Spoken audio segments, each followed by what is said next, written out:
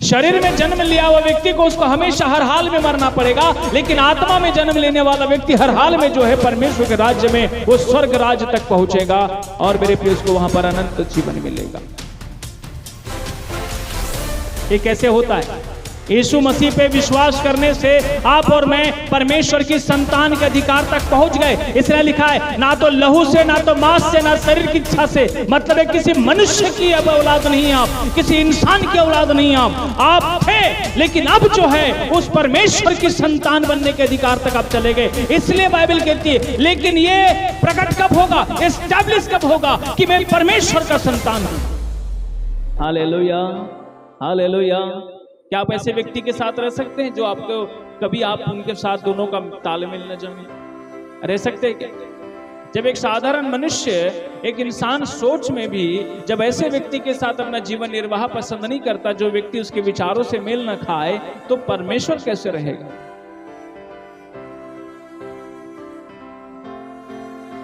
इसलिए सबसे पहला काम परमेश्वर ने क्या किया? जब आदम ने उसका निर्णय नहीं लिया तो परमेश्वर ने उसे निकाला। सबसे पहले किसको निकाला परमेश्वर ने? हैं? शैतान को। किसको निकाला?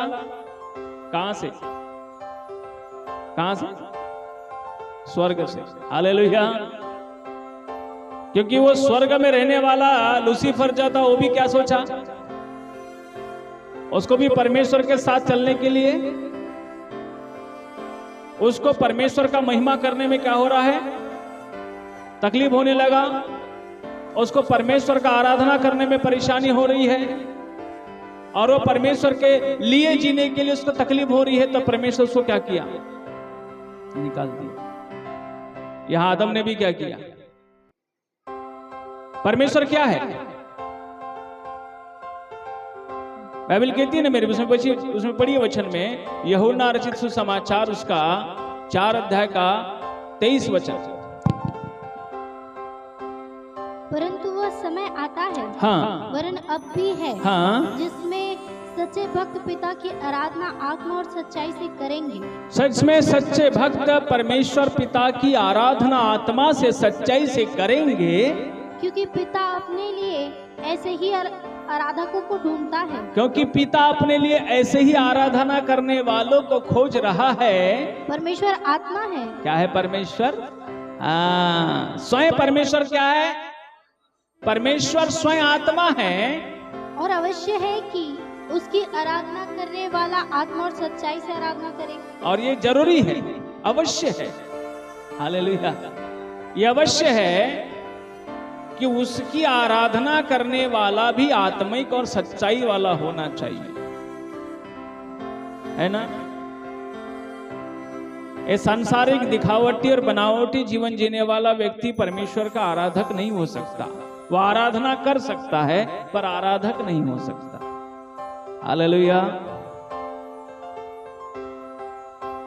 देखिए, परमेश्वर स्वयं आत्मा है। जब परमेश्वर ने जैसे पहला निर्णय शैतान लूसीफर ने लिया था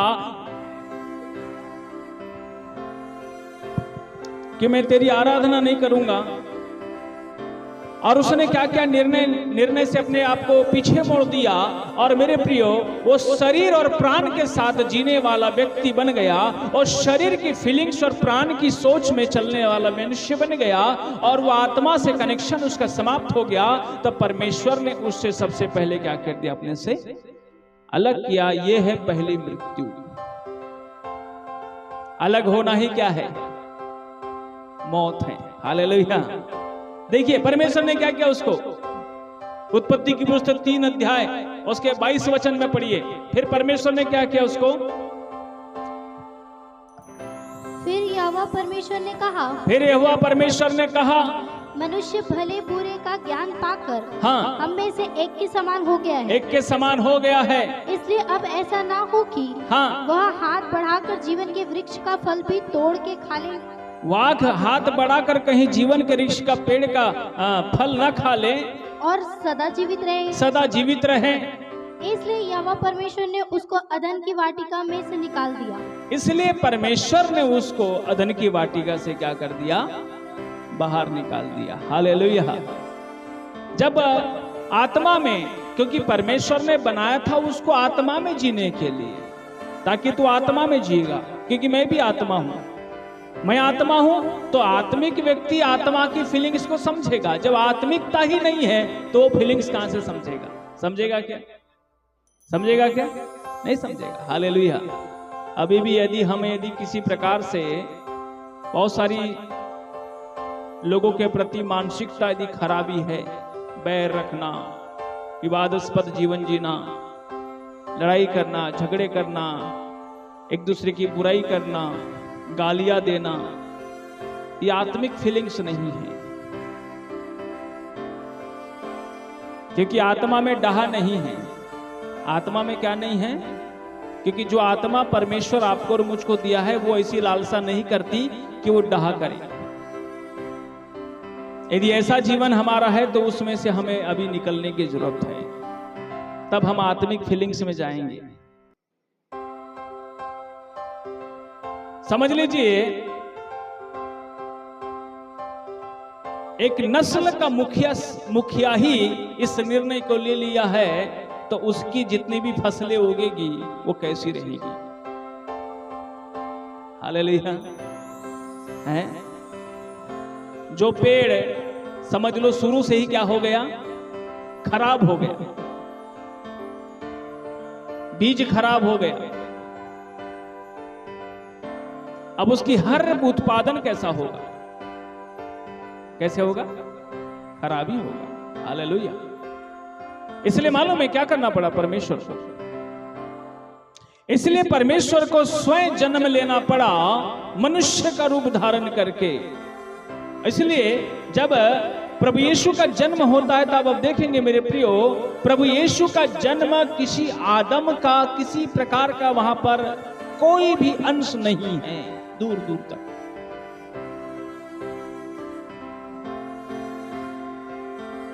समझ में आ रहा है? इसलिए वहां पर एक वचन पढ़िए, मेरे साथ निकालेंगे। मत्ती रचित सुसमाचार में जब यीशु मसीह का जन्म हुआ तो उसी यीशु मसीह का जन्म किस प्रकार से हुआ? उसके 1 अध्याय के 18 वचन से पढ़ते हैं। यीशु मसीह का जन्म इस प्रकार से हुआ, हाँ, कि जब उसकी माता मरियम की मंगनी यूसुफ के साथ हो गई तो उनके इकट्ठा होने से पहले ही वह पवित्र आत्मा की ओर से गर्भवती पाई गई। वो उसके इकट्ठा होने के पहले ही पवित्र आत्मा से वो गर्भवती हो गई। अतः उसके पति यूसुफ ने, जो धर्मी था, हाँ, और उसे बदनाम करना नहीं चाहता था, और जो उसका पति जो था, जो होने वाला पति जो था, जो उसका मंगेतर था उस समय में, यूसुफ उसे बदनाम करना नहीं चाहता। वो जान गया था कि मरियम जो है पेट से है और एक गर्भ धारण कर चुकी है, और पता नहीं न जाने किसका ये गर्भ है इसके पेट के अंदर में। उसके मन में कई सारे शंका, कई सारी सोच, कई सारे विचार जो हैं आ रहे होंगे, परंतु एक अच्छा व्यक्ति था, सज्जन व्यक्ति था, वो हो सकता है मरियम की भावनाओं को समझ रहा था, इसलिए वो चुपके से उसे त्याग देने का निर्णय ले रहा था। क्योंकि यहूदी रीति के अनुसार यदि ऐसे मामले सामने आ जाते थे तो सब लोग मिलकर पत्थर ले लेकर उसको जान से मार देते थे। आपने बाइबल में एक उदाहरण ऐसा दिया हुआ है। हालेलुया। यूहन्ना की पुस्तक उसके 8 अध्याय में ऐसा है कि एक स्त्री पाप करते हुए पकड़ाई और सब लोग पत्थर ले लेकर आके उसको क्या कर दी? जान से मारने का प्रयास कर रहे थे। हालेलुया। क्योंकि यहूदी रीति के अनुसार जो है ये सबसे बड़ा घोर अपराध माना जाता था कि कोई स्त्री किसी पुरुष के साथ में पकड़ी जाए या किसी प्रकार के अनैतिक संबंधों के साथ उसके पेट में किसी का बच्चा जन्म ले जिसका विवाह न हुआ हो। ये सारे अपराध जो है यहूदी परंपराओं में बड़े ही घोर अपराध के रूप में माने जाते थे। इसलिए यूसुफ डरता था कहीं ये सारी बातें यदि मालूम चल गई दुनिया में तो इसका जान क्या हो जाएगा? बेचारी का चला जाएगा। इसलिए क्या किया? आगे बढ़िए। उसे चुपके से त्याग देने का विचार किया। हाँ, जब वह इन बातों की सोच ही में था, जब ये सब सोच ही रहा था, तो प्रभु का स्वर्गदूत हाँ, उसे स्वप्न में दिखाई देकर कहने लगा। हालेलुया। उसे स्वर्गदूत क्लैरिफिकेशन करने के लिए वहां स्वयं प्रकट होता है और उसको कहता है, हे यूसुफ, दाऊद की संतान, तू अपनी पत्नी मरियम को अपने यहाँ ले आने से मत डर। तू अपनी पत्नी मरियम को अपने यहाँ लाने से तू क्या मत कर? मत डर। हाँ क्योंकि जो उसके गर्भ में है हाँ, वह पवित्र आत्मा की ओर से है। जो उसकी गर्भ में हो किसकी ओर से है? हाँ, हालेलुया। किसकी ओर से है? पवित्र आत्मा की ओर से है। तो यीशु मसीह का जन्म कैसे होता है, आप इसको थोड़ा सोचिए मेरे प्रियो। जब प्रभु यीशु का जन्म होता है तो वहां पर देखिए एक पुरुष का मतलब आदम के लहू का किसी प्रकार का भी वहां लेन देन नहीं है। यदि यूसुफ के सहवास से यदि बच्चे का जन्म हो जाता यीशु मसीह का, तो ये भी उसी रीति से पाप की श्रेणी में होता और इसके अंदर में भी जो है वो आदम का खून बहने के कारण से ये आत्मा में ये भी मरा हुआ होता। लेकिन यीशु मसीह आत्मा में मरा हुआ नहीं, आत्मा में जीवित पैदा हुआ। बजाय प्रभु के लिए ताली होगा। किसमें पैदा हुआ यीशु मसीह? आत्मा में जीवित, क्योंकि पवित्र आत्मा से क्या हुई थी? वो गर्भवती हुई। हालेलुया। समझ में आ रहा है? पहली मृत्यु कमा चुका हुआ आदम और उसके सारे वंशज के लिए जीवन देने के लिए वो स्वयं परमेश्वर को अपना रूप धारण करके मनुष्य बन करके इस पृथ्वी पर आना पड़ा। मेरे पे ये सबसे बड़ा हमारे लिए और आपके लिए एक वरदान है, दान है हमारे लिए, एक बहुत बड़ी गिफ्ट है, एक बहुत बड़ा अनुग्रह है ये, जो आप और मैं जिसको समझ नहीं पाएंगे। शारीरिक व्यक्ति नहीं समझ पाएगा, क्योंकि वो मालूम है शारीरिक दृष्टि से दिखता है। बस क्या दिखता है? मेरा फायदा, लोभ, लालच, पैसा, रुपया। अभी मैं इतना बात समझा रहा हूँ, उनको समझ में आ जाएगा जो आत्मिक दृष्टि से सोचने लगे हैं, पर वो शारीरिक दृष्टि वालों को नहीं समझ में आएगा। उनको मैं अगली बार पूछूंगा ना क्या बात है, तुमको नहीं मालूम। हालेलुया। क्योंकि जो आदम से जन्म लेता है वो केवल अपने लाभ, लोभ, लालच, मोह माया खोजता है, उससे आगे नहीं बढ़ता वो, क्योंकि उसके आगे उसका दिमाग जाता ही नहीं। कहीं भी जाएगा तो अपना मतलब पहले खोजता है कि मेरा मतलब क्या है जाने से, मुझे क्या मिलेगा, मेरा क्या फायदा होगा। अपना समय वो किसी को नहीं दे सकता, वहीं देगा जहां उसको पैसा मिलेगा। वो किसी का सेवक नहीं बन सकता, मैं किसी का नौकर थोड़ी बोलेगा। हालेलुया। क्योंकि शारीरिक फीलिंग्स के साथ है, मैं बता रहा हूं ये आपकी गलती नहीं है, ये हमारी गलती नहीं है, ये हमारा डीएनए प्रॉब्लम है। कौन सा प्रॉब्लम है? ये हमारी जन्मजात समस्या है और ये सभी के साथ ऐसा है। परंतु देखिए, इसलिए दूसरा जन्म अवश्य है। पहला जन्म आदम से, जिसलिए बाइबल कहती है आदम में सब मरते हैं। इसलिए पहला जन्म जो हो चुका है आदम का, उस आदम में सब मरते हैं। रोमियो 5 का मेरे प्रिय 17 पढ़ी, क्या लिखा है?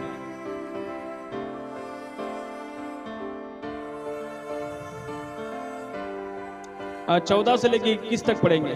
5 तो भी आदम से लेकर मूसा तक मृत्यु ने उन लोगों पर भी राज्य किया। आदम से लेकर मूसा तक सब लोगों ने मृत्यु ने सब लोगों पर राज्य किया, जिन्होंने उस आदम जो उस आने वाले का चिन्ह है, जो आदम जो उस आने वाले का चिन्ह है, कि अपराध के समान पाप ना किया। हाँ, पर जैसी अपराध की दशा है, हाँ, वैसे अनुग्रह के वरदान की नहीं। हाँ, क्योंकि जब एक मनुष्य के अपराध से बहुत लोग मरे, हाँ, तो परमेश्वर का अनुग्रह और उसका जो दान एक मनुष्य के अर्थात यीशु मसीह के अनुग्रह से हुआ, बहुत से लोगों पर अवश्य ही अधिकाई से हुआ। हालेलुया। एक मनुष्य के द्वारा मृत्यु सारी जगत में फैली और उसके द्वारा मौत ने सबके ऊपर में राज किया और शासन किया। लेकिन एक मनुष्य आया जिसका नाम प्रभु यीशु मसीह है, उसके द्वारा जीवन और अनुग्रह सबके ऊपर में ऐसा फैल गया कि उसके द्वारा लोग जीवन को पाते हैं। आगे बढ़िए। जैसा एक मनुष्य के पाप करने का फल हुआ, जैसे एक मनुष्य के पाप करने का फल हुआ, वैसा ही दान की दशा नहीं। हाँ, क्योंकि एक ही के कारण दंड की आज्ञा का फैसला हुआ। एक के कारण दंड की आज्ञा का फैसला हो गया, परंतु बहुत से अपराधों के कारण ऐसा वरदान उत्पन्न हुआ कि हाँ, लोग धर्मी ठहरे। लोग धर्मी ठहरे। क्योंकि जब एक मनुष्य के अपराध के कारण मृत्यु ने उस एक ही के द्वारा राज्य किया, हाँ, तो जो लोग अनुग्रह और धर्म रूपी वरदान बहुतायत से पाते हैं, हाँ, वे एक मनुष्य के अर्थात यीशु मसीह के द्वारा अवश्य ही अनंत जीवन में राज्य करेंगे। Hallelujah, hallelujah. मेरे प्रिय बाइबल कहती है जैसे एक मनुष्य के द्वारा मृत्यु आई, पाप आया, अधर्म आया, अन्याय आया, ये सब कुछ आया। और देखो यहाँ पर बार बार बोला जाता अनुग्रह और दान की दशा। ये अनुग्रह और दान की दशा क्या है? क्योंकि जो परमेश्वर का जन्म होता है, जो यीशु का जन्म होता है, एक अपने आप में आविष्कार है, ये अपने आप में चमत्कार है, ये अपने आप में एक बहुत बड़ी सोचने वाली बात है। इसलिए पौलुस कहता है उस अनुग्रह के कारण मैं इतना प्रभावित हूं कि मैं अपने जीवन परमेश्वर को दे देता हूं। हालेलुया। यदि यीशु मसीह नहीं आता तो अनुग्रह नहीं आता, क्योंकि जितने लोग आदम में जन्म लेते हैं वो सब मृत्यु की दशा में जन्म लेते हैं। हालेलुया।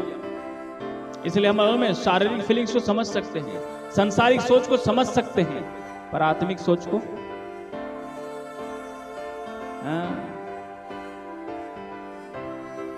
इसलिए आत्मा में जिलाने के लिए यीशु मसीह आया। ध्यान रखिए, तभी हम इस मृत्यु की दशा से जयवंत हो जाएंगे। इस मृत्यु की दशा पर जयवंत हो करके उस अनंत जीवन की ओर जो है मेरे जिसके लिए प्रभु आपको और मुझको लेने आया है, तो हम वहां पर जाएंगे। Hallelujah, hallelujah. इसलिए मृत्यु की दशा से हमें क्या करना है? बाहर आना है। क्या करना? हमें बाहर आना है। यदि किसी व्यक्ति को, देखिए, जब मृत्यु आई और उसने सबके ऊपर में राज किया, और आज हर एक इंसान जो इस मृत्यु की दशा में है, आदम से जो जन्म लेता है वो मृत्यु में जन्म लेता है, लेकिन जो यीशु में जन्म लेता है वो अनंत जीवन में जन्म लेता है। इसलिए निकोदेमुस को यीशु मसीह ने क्या कहा था? यूहन्ना 3:3 पढ़िए।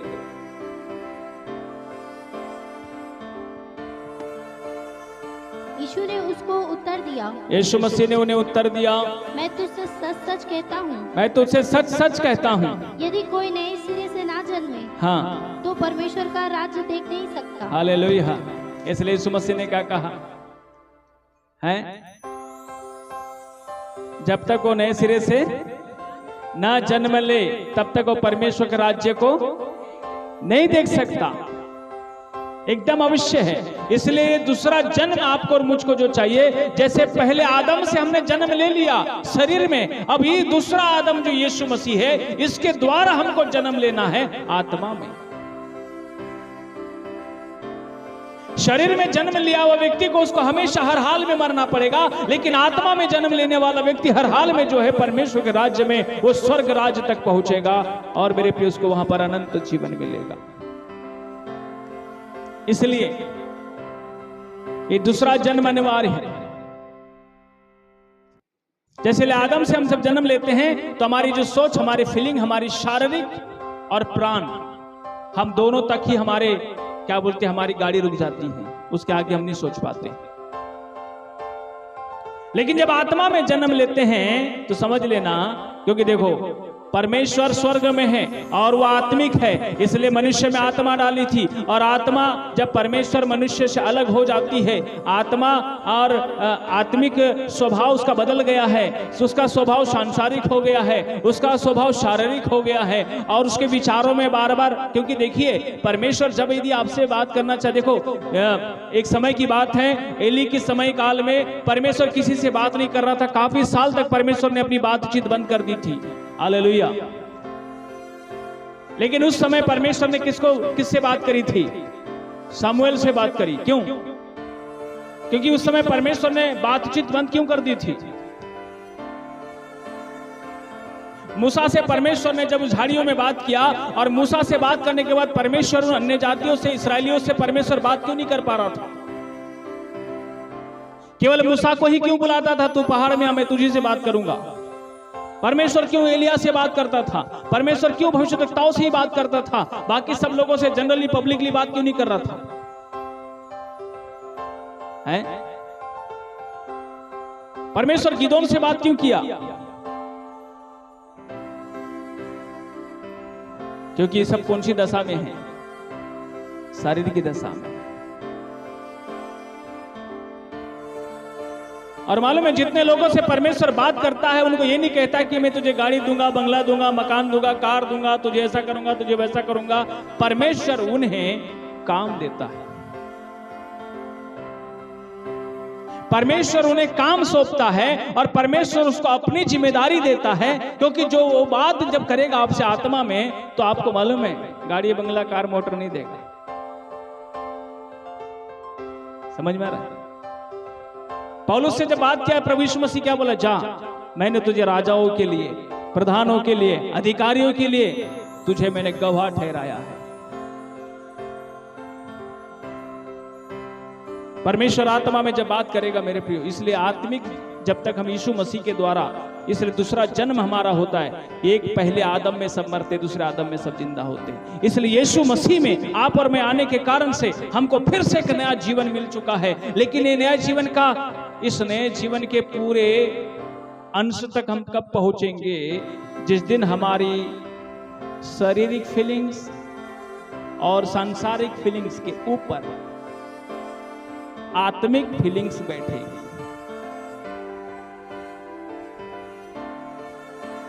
इसलिए प्रकाशित वाक्य की पुस्तक में बार बार कहा है ना, है कलीसिया से क्या क्या बोला परमेश्वर ने? आत्मा में परमेश्वर कलीसिया से, आत्मा कलीसिया से क्या कहता है? हैं? पढ़िए प्रकाशित वाक्य की पुस्तक। इसलिए अंतिम दिनों में परमेश्वर आपको और मुझको जो है उठाना चाहता है, जगाना चाहता है। पढ़िए मेरे उसमें क्या लिखा है, उसके साथ में, 2 के साथ में पढ़िए। जिसके कान हो वह सुन ले, हाँ, कि आत्मा कलीसियाओं से क्या कहता है। जिसके कान हो वह सुन ले। किसके पास कान है? हालेलुया। सबके पास कान है, तो सुनो क्या बोलता है आत्मा। हाँ पढ़िए। जो जय पाए, जो जय पाए, मैं उसे उस जीवन के वृक्ष में से, हाँ, जो परमेश्वर के स्वर्गलोक में है, हाँ, फल खाने को दूंगा। जो जय पाए उसे मैं उस स्वर्गलोक में जो फल है, जीवन का वृक्ष है, उसका फल खाने को दूंगा। किसको दूंगा? जो जय पाए। अब हमको जय किस में पाना है? किस पर हमको, किस में हमको जयवंत होना है? किस में हम हार गए हैं? आदम से जन्म लेने वाला व्यक्ति किस में हारा हुआ जन्म लेता है? वो अपनी माँ की फीलिंग समझ सकता है, अपने बाप की फीलिंग समझ सकता है, अपने भाइयों की फीलिंग समझ सकता है, अपना घरदार, परिवार, बच्चा सब समझ सकता है, वो सबको समझ सकता है, लेकिन वो परमेश्वर को नहीं समझ सकता। समझ में आ रहा है? किसको नहीं समझ सकता? क्योंकि उसमें वो सोच ही नहीं है। हालेलुया। क्योंकि वो बात उसमें आती ही नहीं है। इसलिए तो पवित्र आत्मा चाहिए। वो पवित्र आत्मा जब आपके जीवन में जब आता है, पवित्र आत्मा जब हमारे अंदर आता है, जब पवित्र आत्मा से जब हम भरते हैं, तब हमारे में पवित्र आत्मा जब आती है, तब हमें परमेश्वर की इच्छाओं को बताती है, परमेश्वर की योजनाओं को बताती है। हम कई बार क्या होता है, अपनों से तो बहुत ज्यादा प्यार करते हैं, उसके लिए सब कुछ कर सकते, लड़ सकते, झगड़ सकते, दुनियादारी सब कर सकते, लेकिन वही बात हम दूसरों के लिए करने वाली बात आती है तो अपने हाथ खड़े कर दे, क्योंकि वो सोच आदम की है। इसलिए तो बाइबल कहती है आदम में जो जन्म लेता है वो मरता है, मृत्यु में ही जन्म लेता है। आपको और मुझको उस मृत्यु से पार होना है। Hallelujah, hallelujah, hallelujah. क्या करना है हमको? मृत्यु से पार होना। इसलिए जो जय पाए, इसलिए शरीर और प्राण दोनों पर क्या करना हमको? जय पाएंगे, है ना? जय मतलब उसको हराएंगे। उसको क्या करेंगे? उसको हराएंगे। जैसे कि वहां लिखा है वचन में, पढ़िए रोमियो की पुस्तक मेरे प्रियो 8 अध्याय का 13 वचन पढ़िए।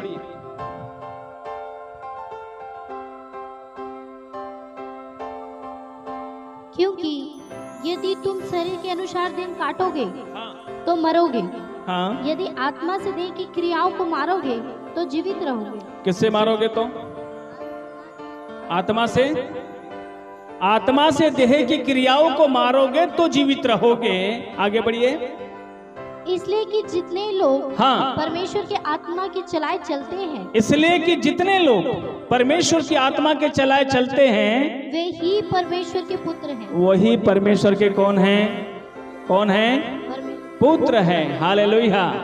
तो यीशु मसीह जब आया, जब यीशु मसीह में आपका और मेरा जन्म हुआ, जब मेरे प्रियो देखो, यदि जन्म नहीं होगा तो क्या होगा? यदि कोई भी कहे कि मैं यीशु में नया जन्म नहीं पाना चाहता तो क्या होगा? है? सुनने वाले बोलो हालेलुया।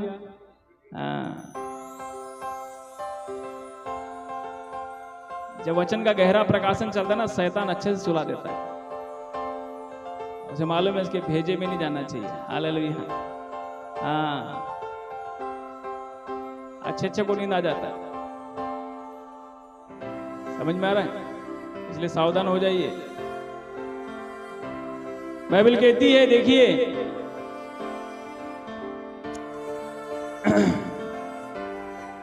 जब मेरे प्रियो, यहां भी लिखा है कि जब देह, आत्मा से देह की क्रियाओं को मारोगे। भाई आत्मा से देह की क्रियाओं को मारना, ये क्या है?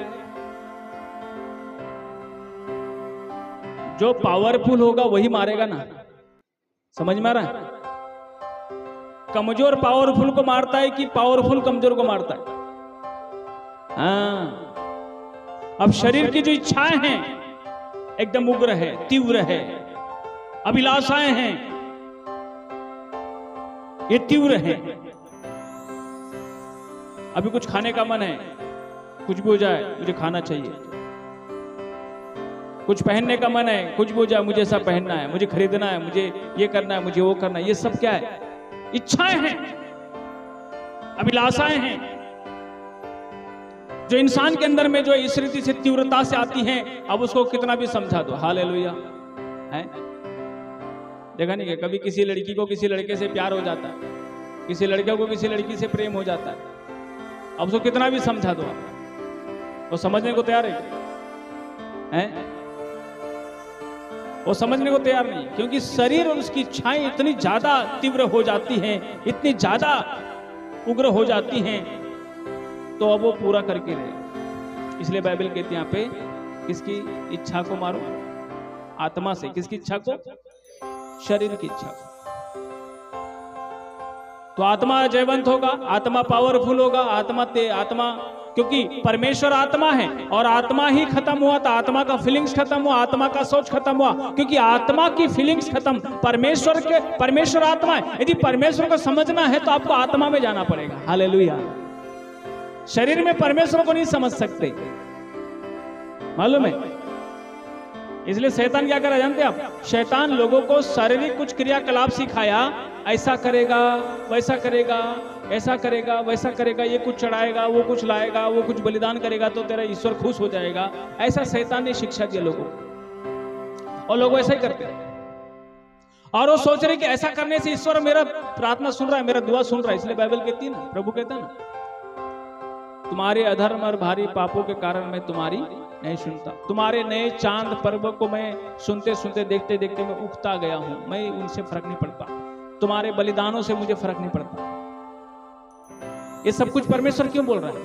क्योंकि इंसानों ने जो परंपराएं, रिवाज और रीतियां बनाई हैं ईश्वर को प्रसन्न करने वाली, वो कतः कभी भी वो सक्सेस नहीं थी। यदि वो सक्सेस होती तो आपको और मुझको यहां आने की जरूरत नहीं पड़ती। मेरे प्रियो, इसलिए जो सबसे पहली मृत्यु हमारी जो मनुष्य की जो हो चुकी है, मृत्यु का मतलब ही है परमेश्वर से हमेशा हमेशा के लिए अलग होना। क्योंकि जो हमारे अंदर और आपके अंदर जो फीलिंग्स इसमें जो जिंदा है वो शारीरिक फीलिंग्स है। इसलिए हम आत्मा की फीलिंग्स कब जानेंगे? जब हम आत्मा में जाएंगे। हालेलुया। इसलिए जीते जी क्या बनना पड़ेगा? जीते जी आत्मिक बनना पड़ेगा।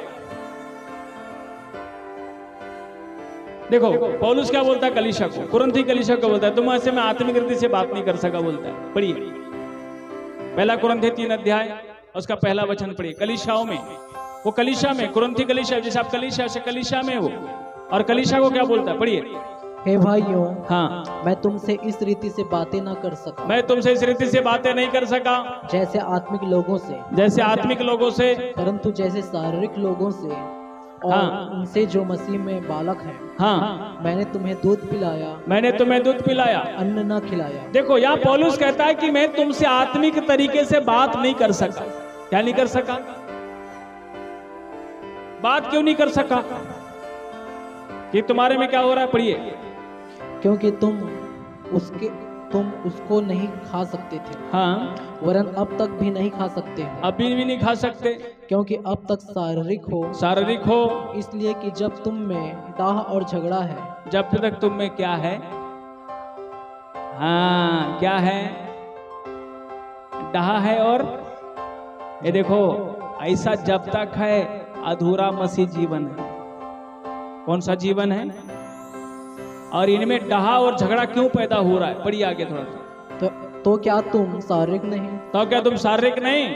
और क्या मनुष्य की रीति पर नहीं चलते? क्या तुम मनुष्य के रीति पर? देखो, ये मनुष्य की रीति बोल रहा है ना पे। ये किसकी रीति है? ये आदम की रीति। हालेलुया। जब तक हमारे अंदर का शारीरिक इच्छाओं का मारना नहीं होगा, तब तक हम उस आदम की रीति पर ही चलते रहेंगे। आगे बढ़िए। क्योंकि जब एक कहता है हाँ, मैं पौलुस का हूँ, जब एक कहता है मैं पौलुस का हूँ, और दूसरा मैं अपुल्लोस का हूँ, और दूसरा कहता है मैं अपुल्लोस का हूँ, तो क्या तुम मनुष्य नहीं? क्या तुम मनुष्य नहीं? अपुल्लोस क्या है? अपुल्लोस क्या है और पौलुस क्या है? हाँ, केवल सेवक, केवल सेवक, जिनके द्वारा तुमने विश्वास किया, हाँ, जैसा हर एक को प्रभु ने दिया। हाँ, मैंने लगाया, अपुल्लोस ने सींचा, पौलुस ने सींचा, हाँ, परंतु परमेश्वर ने बढ़ाया। परमेश्वर ने बढ़ाया। इसलिए ना तो लगाने वाला कुछ है, हाँ, और ना सींचने वाला, हाँ, परंतु परमेश्वर ही सब कुछ है, हाँ, जो बढ़ाने वाला है, लगाने वाला है, बढ़ाने वाला है, बढ़ाने वाला है। लगाने वाला और सींचने वाला दोनों एक हैं, हाँ, परंतु हर एक व्यक्ति अपने ही परिश्रम के अनुसार अपनी ही मजदूरी पाएगा।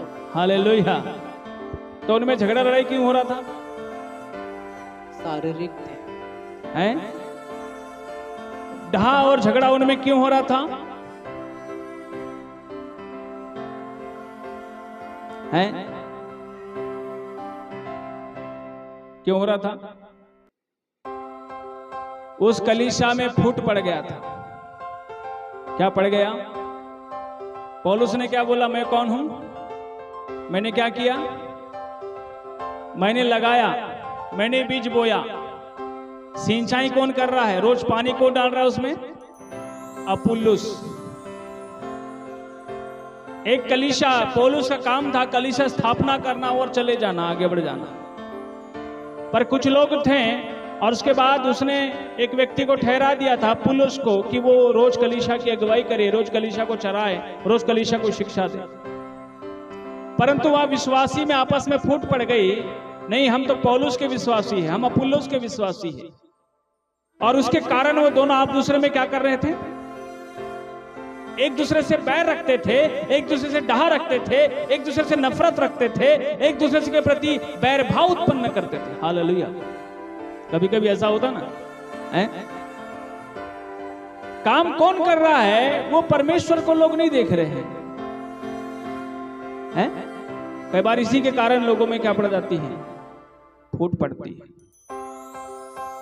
आज के समय में तो बहुत ज्यादा हो गया है। कोई किसी को सुनता तो उसका भक्त हो जाता है, बोलता वो सही है। कोई किसी को एक बार देख लिया तो बोलता है मैं तो बिल्कुल, किसी के द्वारा प्रार्थना के कुछ हुआ तो बिल्कुल उसका तो एकदम 30 मार खंड बना देंगे। और दूसरों क्या दिखाएंगे? नीचा दिखाएंगे। क्या दिखाएंगे दूसरों को? यहां पे वही हो रहा है। ऐसा सोच जिसके अंदर अभी भी है, बाइबल कहती है वो अभी भी शारीरिक है, आत्मिक नहीं है। उसका जन्म आत्मा से और आदम से बाहर नहीं निकल पाया, वो अभी भी उसी में फंसा हुआ। यहां पर क्यों लड़ाई हो रही है? परमेश्वर बोलता है सबका आदर करो, सबके साथ रहो, सबके संग रहो। ऐसी बातें करो कि एक दूसरे को हमेशा क्या रखे, उसको ठेस न पहुंचे। एक दूसरे के साथ ऐसा मेल मिलाप रखो, एक दूसरे के प्रति ऐसी भावना रखो, एक दूसरे के प्रति ऐसी सोच रखो। क्योंकि मेरे प्रिय, जब तक आप पर में आत्मिक रूप को नहीं समझेंगे, हालेलुया। सब काम कौन कर रहा है? कौन कर रहा है? परमेश्वर कर रहा है। आज यहां मेरी मर्जी से नहीं बैठे। आज यहां कुछ नए चेहरे होंगे तो मैंने उसको नहीं बुलाया। वो योजना कौन बना रहा है? परमेश्वर। आप कहीं भी गए, किसके द्वारा गए? परमेश्वर के द्वारा। लेकिन हम क्या करते हैं? मनुष्यवादी हो जाते हैं बहुत जल्दी, मानववादी हो जाते हैं बहुत जल्दी, और बहुत जल्दी एक दूसरे के प्रति नफरत और बैरभाव वाली, क्योंकि जो दिमाग है ना वो ऐसी है। यहां पे झगड़ा लड़ाई क्यों हो रहा था? क्यों पौलुस कलीसिया को डांट रहा है? किसी को इतने हीरो समझते हैं कि किसी को पूरा गिरा देते हैं। यहां ऐसे ही हो रहा है। पौलुस वाले अपुल्लोस को अपमान करते हैं, और अपुल्लोस वाले किसका अपमान कर रहे हैं? पौलुस का अपमान कर रहे हैं। सेवा दोनों ने किया, मेहनत दोनों ने किया, सुसमाचार दोनों सुनाए, दोनों परिश्रम कर रहे हैं, दोनों सब कर रहे हैं। कभी कभी तो मुझे भी कुछ लोगों ने मुंह पर भी बोल दिया था। मैं उधर प्रभु उनको आशीष दिया। हालेलुया। समझ छोटी समझ वाले ज्यादा बड़ी बात नहीं कर सकते, उतनी बात करेंगे जितने उनके अंदर में बुद्धि की विकास की कमी है, आत्मिक विकास की कमी होने के कारण। पर वो उतने से भी अपने आप को सर्वे सर्वा समझ लेते, वो उनकी भूल है। पौलुस जैसा व्यक्ति अपने आप को नम्र बना के बोलता है कि मैं अभी तक दौड़ा नहीं हूं, निशानी की ओर दौड़ा चला जाता हूं, मैं छोटा हूं, दीन हूं। इस बात का अवश्य ध्यान रखें। शैतान यही करता है, घमंड उत्पन्न कराता है, कई सारी बातें उत्पन्न कराता है, और बहुत सारे दरार विवादास्पद फिर से वापस आदम के स्वभाव में लाना चाहता है। हालेलुया। समझ में आ रहा है? किसके स्वभाव में? आदम के स्वभाव। जिस स्वभाव से हमको निकलना है उसी में वो ले जाता है। इसलिए पवित्र शास्त्र बाइबल को समझने का कोशिश करिए। हालेलुया। मेरे प्रियो, इसलिए जब हमारे अंदर में जब आत्मा जब जो है जय पाएगी, आत्मा जयवंत होगी शरीर पर और प्राण के ऊपर में, तब आत्मा से देह की क्रिया मारी जाएगी। हालेलुया। आपके जेब में जब पैसा आएगा तो शरीर बोलेगा चलो ये खाते पीते घूमते दुनियादारी सब करते हैं, लेकिन आत्मा जयवंत होगी तो क्या बोलेगा? नहीं, मैं सब नहीं करूंगा, मैं इस पैसे को परमेश्वर के राज्य पे खर्च करूंगा। हालेलुया। किसकी इच्छा पूरी करेगा? आत्मा की इच्छा, परमेश्वर की इच्छा को पूरी करेगा। बड़े बड़े लोगों ने, मालूम है, भक्त सिंह ने इतनी सारी डिग्रियां लिया, प्रभु का सुसमाचार सुना, परमेश्वर की सेवा में आए, सारी डिग्रियों को आग लगा दी। क्यों किया उसने? हैं? हमारे जो अंकल जो आते ना, हाड़ी के अंकल जो नागपुर से आते, एयरपोर्ट में गवर्नमेंट जॉब में थे। एक अच्छी ऑफिसर्स की नौकरी थी उनकी एयरपोर्ट में, नागपुर में। वो बता रहे थे कि जब मैं नौकरी में जाता था, पैसे कमाता था, सब करता था, बचता नहीं था, पता नहीं क्या होता था। बहुत परेशान रहा। फिर प्रभु के पास गया, बहुत कुछ अच्छा लगा, सब कुछ लगा। प्रभु का आत्मा बार बार मुझे अगुवाई करता कि तू मेरी सेवा कर, तू मेरी सेवा कर। प्रभु, इतनी बड़ी नौकरी छोड़ के कैसे करूंगा? नहीं, तुझे करना होगा।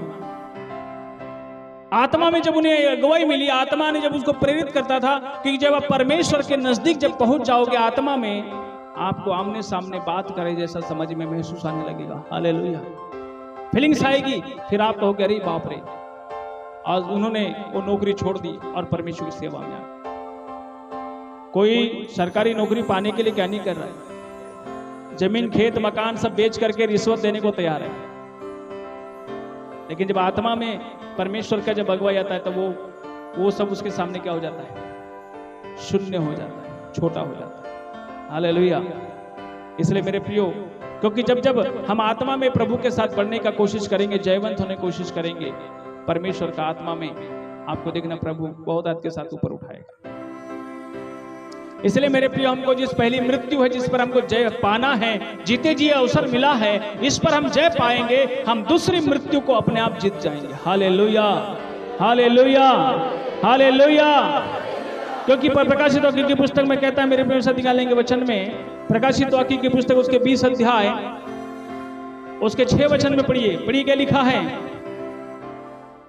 5 और 6 पढ़िए। चलो 5 और 6। जब तक ये 1000 वर्ष पूरे न हुए हाँ, तब तक शेष मरे हुए न जी उठे। ना जी उठे।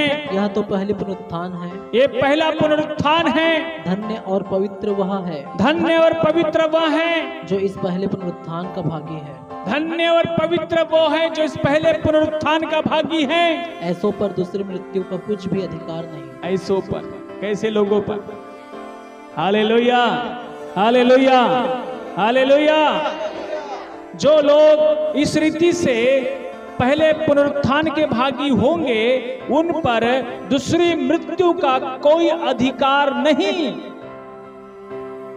पर वे परमेश्वर और मसीह के याजक होंगे और वो परमेश्वर और मसीह के याजक होंगे और उसके साथ 1000 वर्ष तक राज्य करेंगे। और इसके साथ 1000 वर्ष तक क्या करेंगे?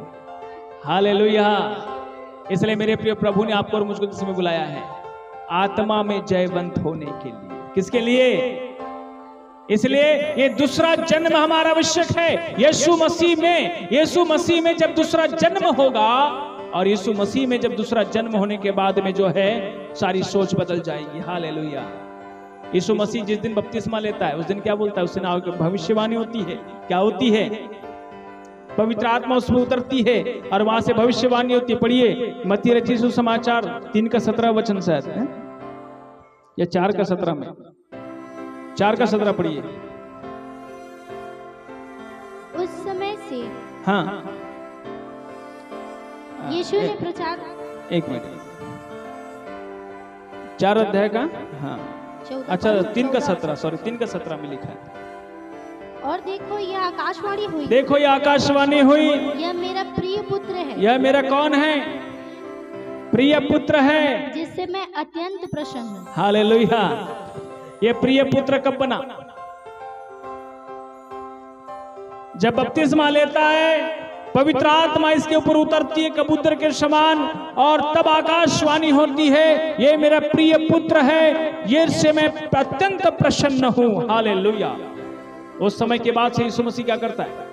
जिस समय वो अपने माता पिता के साथ रहता है तब वहां से बपतिस्मा लेता है और जब वहां से अलग हो जाता है तब उसके बाद जो है प्रभु यीशु मसीह जो है अपनी मां से जब भी वो मुलाकात करता है तब उसे क्या कहता है? हे नारी मुझे तुझसे, क्यों कहता है ऐसा? क्योंकि उसका जन्म कहां हो गया है? आत्मा में जन्म हुआ। इसलिए बाइबल कहती है मेरे प्रियो, जब आपका और मेरा जन्म जिस दिन परमेश्वर में होता है, इसलिए बाइबल कहती है जब परमेश्वर में आपका और मेरा जन्म, इसको कहते हैं नया जन्म पाना। वहां पढ़िए यूहन्ना रचित सुसमाचार उसके मेरे प्रिय पहले अध्याय के 12 और 13 वचन को पढ़िए। देखो सबसे पहला जन्म आपका शरीर में हो चुका है, वो आदम से हुआ है, लेकिन उसके साथ क्या आई है? अनंतकालीन मृत्यु आई हमारे साथ में, जो अनंतकालीन मौत है वो, और अनंतकालीन मौत से हमको आपको छुड़ाने के लिए प्रभु आया है। पढ़िए आगे। परंतु जिन्होंने उसे ग्रहण किया, हाँ, उसने उन्हें परमेश्वर की संतान होने का अधिकार दिया। उसने उन्हें परमेश्वर की संतान होने का क्या दिया है? अधिकार दिया है। हाँ, अर्थात उन्हें जो उसके नाम पर विश्वास रखते हैं। अर्थात उन्हें जो उसके नाम पे क्या रखते हैं? जो विश्वास रखते हैं। हाँ, वे ना तो लहू से, न शरीर की इच्छा से, न शरीर की इच्छा से, न मनुष्य की इच्छा से, न मनुष्य की इच्छा से, परंतु परमेश्वर से उत्पन्न हुए हैं। वो किससे उत्पन्न होते हैं? किसके द्वारा? यीशु मसीह के द्वारा। जो यीशु मसीह पे विश्वास करते हैं वो ऑलरेडी परमेश्वर से जन्म लिए भी लोग हैं। Hallelujah, hallelujah, hallelujah. लेकिन उसे क्या करना बाकी है? एक माता बेटा, एक बाप, एक बच्चा जो है अपने माँ बाप के घर जन्म ले लिया है। एक गवाही बताता हूं, ब्रुश मसीह और उसके 3 भाई थे। उसका पिताजी प्रोफेसर था, वो जन्म लिया एक अच्छे घराने में, बढ़िया घराने में जन्म लिया, लेकिन क्या हुआ? 2 भाई प्रोफेसर बने, एक भाई गुंडा बना। जो ब्रुश मसीह था वो क्या बना? क्रिश्चियन घर में जन्म लेता है, एक मसीह परिवार में जन्म लेता है और साथ ही जो है उसका पिताजी प्रोफेसर है और उसके दोनों भाई भी जो है प्रोफेसर बन गए। लेकिन ये जो एक भाई जो था मजला वाला, ये क्या निकल गया? ये बिगड़ गया।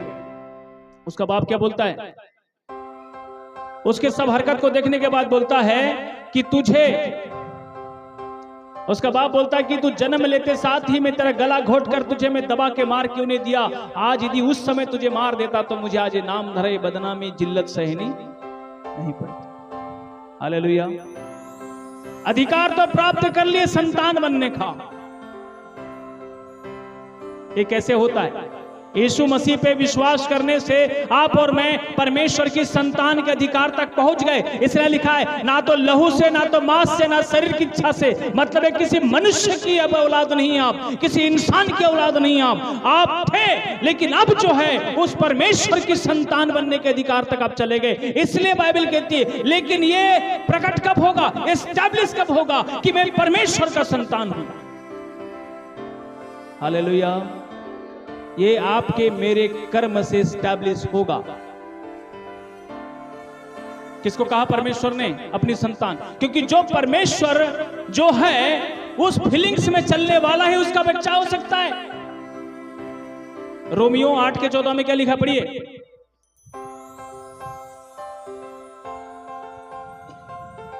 इसलिए कि जितने लोग परमेश्वर की आत्मा के चलाए चलते हैं, इसलिए कि जितने लोग परमेश्वर की आत्मा के चलाए चलते हैं वे ही परमेश्वर के पुत्र हैं। वो ही, हालेलुया।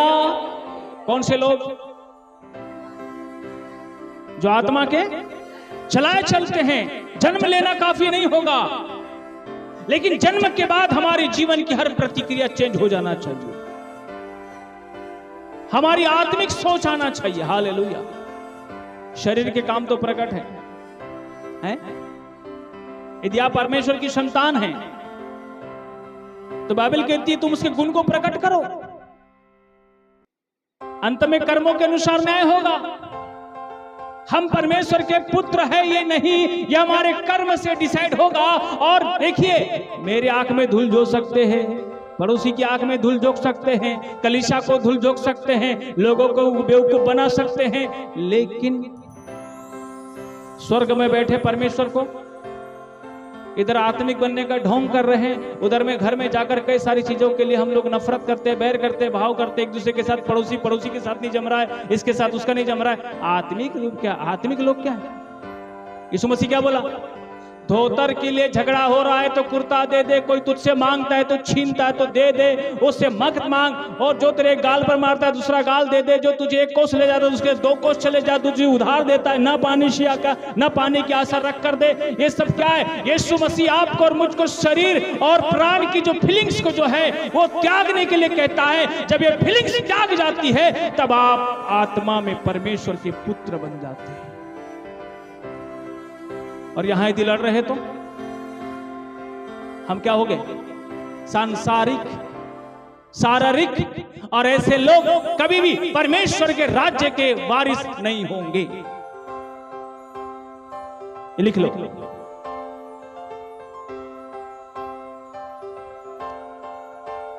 प्रभु कहेगा, प्रभु ये चीज मुझे मांग रहा था, मैंने दिया नहीं। प्रभु बोले, दिया क्यों नहीं?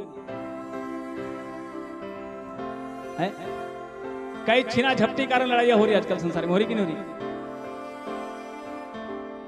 प्रभु बोलेगा तूने दिया क्यों नहीं? आत्मा में जीना है ना। आप कलीसिया में आने से मसीह तो बन गए, आपको दुनिया के सब लोग जानते हैं अब मसीह है, हालेलुया। लेकिन स्वर्ग का परमेश्वर जान रहा है कि आप मसीह करके हैं। इधर कलीसिया में बैठा है, उधर रात दिन झगड़ा कर रहा है पड़ोसी के साथ, उसको मसीह बोला जाएगा? हैं? बताइए ना। इसलिए मेरे प्रियो सोचो, बाइबल कहती है, पवित्र शास्त्र आपसे और मुझसे कहता है मेरे प्रियो, इसलिए जितने लोग आत्मा में चलाए चलते हैं, कितने लोग? वही लोग क्या होंगे? परमेश्वर के बेटा बेटी कहलाएंगे। हालेलुया।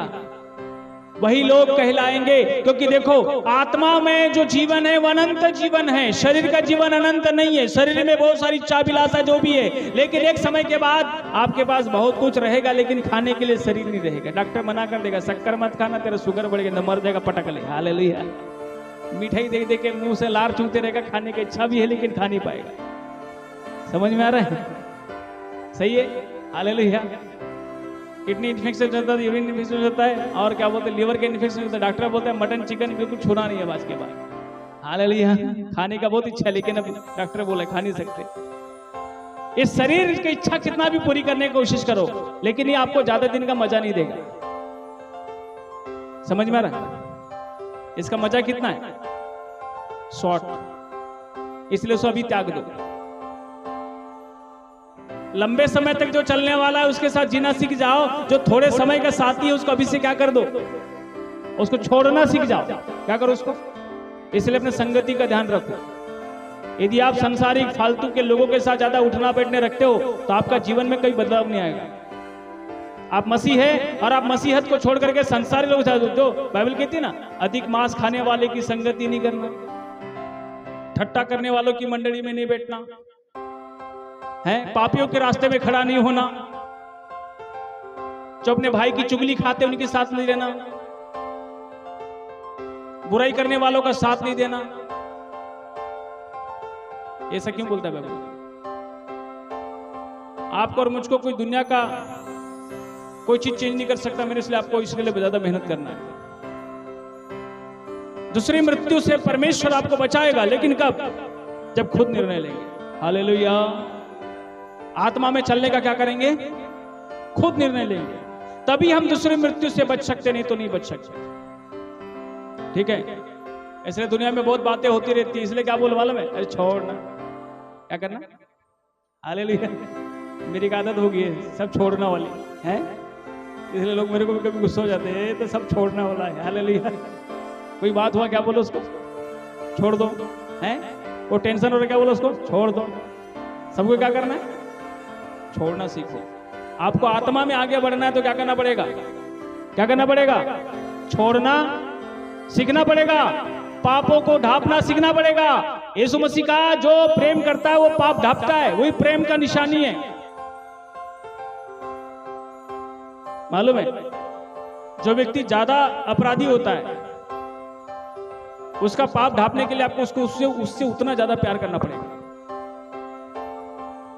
मालूम है? जो आपका दिल ज्यादा दुखाता है,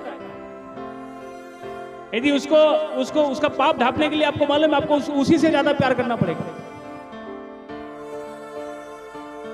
समझ में आ रहा है? जब यीशु मसीह पकड़ाया गया, किसको छोड़ा गया? डाकू को। किसको? बरनबास को छोड़ा गया, डाकू को।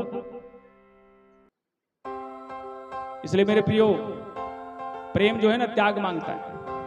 क्या मांगता है? प्रेम। तब हम पूरे आत्मिक बनेंगे। तब हम क्या बनेंगे? पूरे, नहीं तो आत्मिक नहीं बनेंगे। क्योंकि देखो हमारा आत्मा में फीलिंग्स नहीं, इसलिए देखो आपके मन में जो भी विचार आता है, इसलिए मनुष्य के मन में जो भी आता है वो सांसारिक आता है, शारीरिक विचार आता है। इसलिए बाइबल कहती है तू अपने मन के अनुसार नहीं चलना।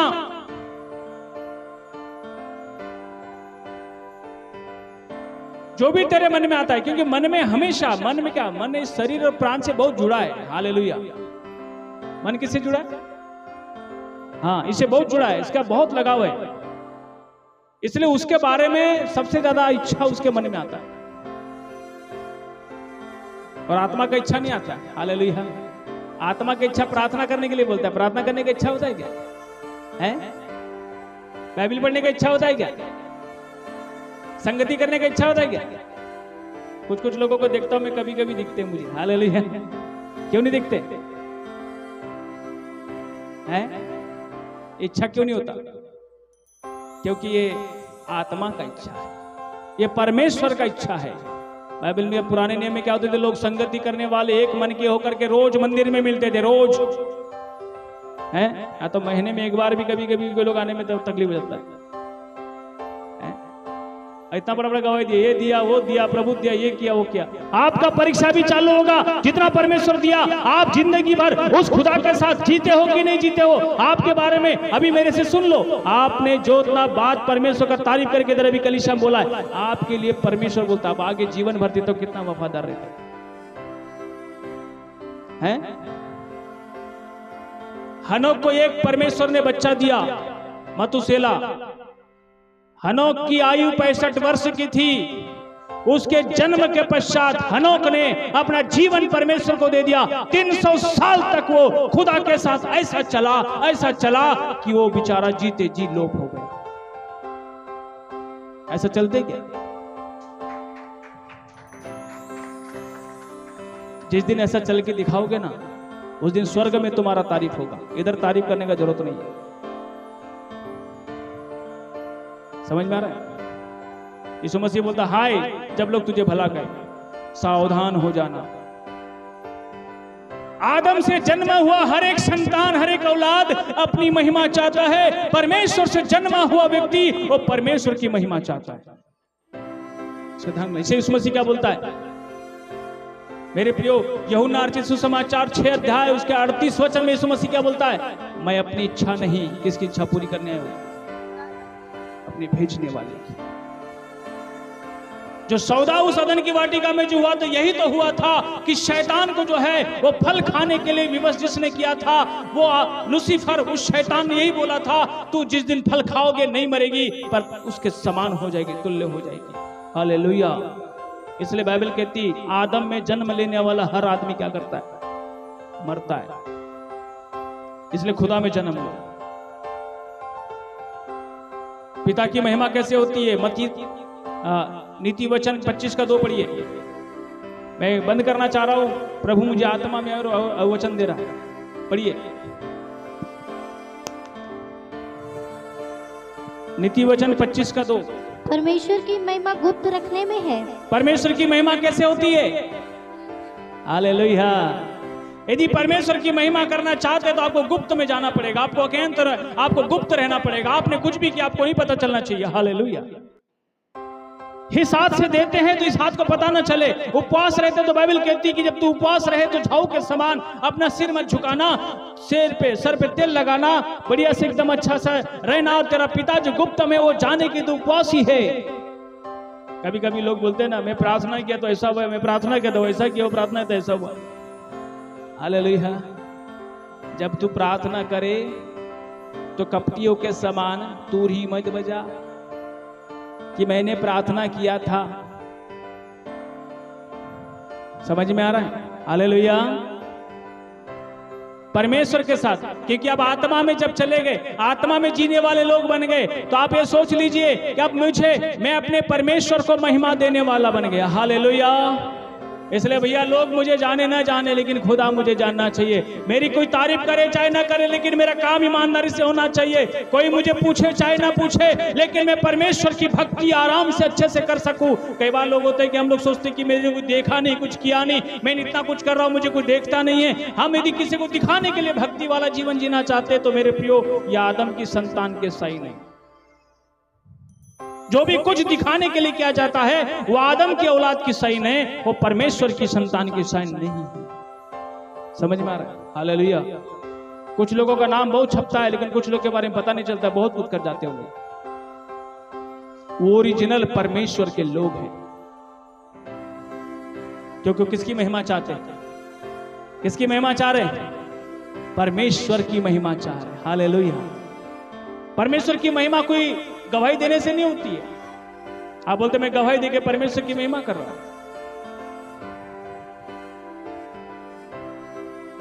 परमेश्वर की महिमा किस में होती है? गुप्त में। किस में होती है? गुप्त में। यीशु मसीह क्या बोला? तुम मेरे गवाह ठहरोगे। मेरे क्या ठहरोगे? जब आप ऐसा जीवन जीते हैं, जब हम ऐसा जीवन जीते हैं और जब लोग हमारे बारे में गवाही देते हैं, आपका जीवन गवाह बन गया लोगों के सामने में। आप अपने आप में गवाह बन गए लोगों के सामने में। आप खुद मेरे गवाह होंगे।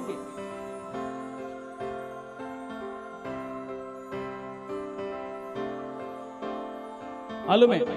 इसलिए मेरे प्रियो, परमेश्वर की महिमा हमारे जीवन से कैसे होगी, इसको बड़े अवश्य ध्यान रखिए। यीशु मसीह लोगों को चंगा करता था। क्या बोला यीशु मसीह? जाके नगड़ा बजाना बोला था। क्या बोला? हैं?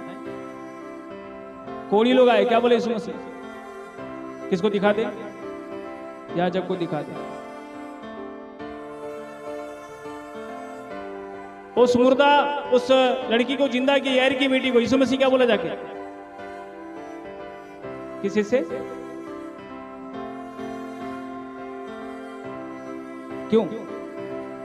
शैतान को यीशु मसीह डांटता था, हे शैतान मुझे प्रकट मत कर, क्यों बोलता था यीशु मसीह?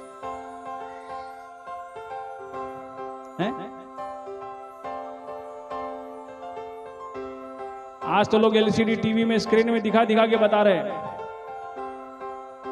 कि मेरे द्वारा ऐसा हो रहा है, उसको द्वारा वैसा हो रहा है। आप क्या कर रहे हैं?